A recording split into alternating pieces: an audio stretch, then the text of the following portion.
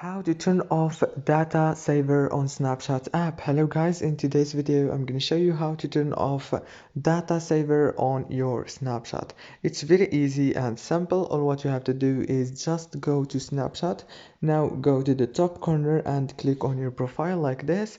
As you can see, now this is my profile. All what you have to do again is go to the top corner and click on the settings option.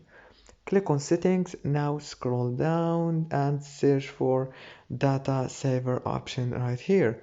Now as you can see, I found it. As you can see, now click on it and click on it again, and I just turn it off easily.